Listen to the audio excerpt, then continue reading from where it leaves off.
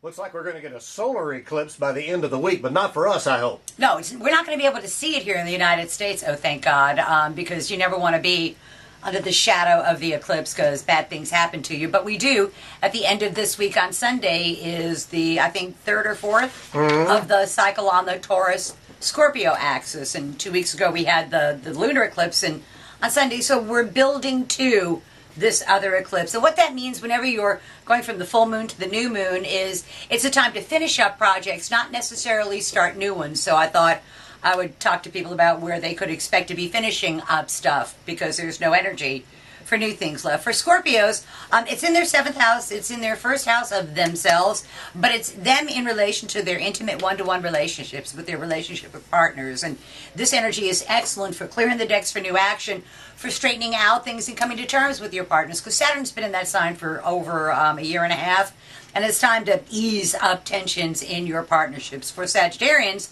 this is in their 12th house, and they need to give more than they get. They need to help people that are less fortunate. For them, normally the Sagittarian, it's all about them, but this time it's about other people in their lives. For Capricorns, it is time to reach for the brass ring, but it's going to take the help of your well-placed and powerful female friends rather than male friends to get what it is that the Capricorn desires. For Aquarians, they get the ruling. They find out how they've done professionally. It's time for the judgment one way or the other, and they get what they deserve for good or for ill. For Pisces, legal matters go very, very well for them. The letter of the law applies, the spirit of the law applies, and they end up getting a much more favorable outcome than they thought they were going to get.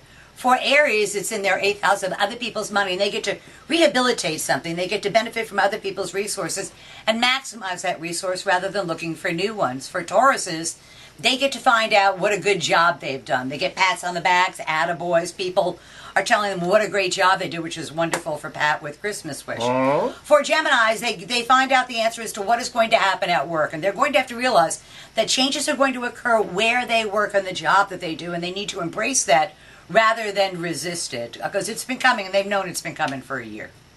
For Cancer, it's in their 5th house of children, sports, amusement, pleasures, new things. Very fertile, very fecund time for them, so they need to be careful about what they create, and if they don't want to create things, they need to be proactive about that. For Leo, 4th house of home, foundations, whatever the projects are they've been working on are finally done, which is kind of a nice thing, and then they can sit back and put their feet up and go, man, I did a good job on this. And then for Virgo, they can carve out a very, very good deal for themselves, and they get the opportunity to reach a broader audience with their words, either through writing or through actually speaking.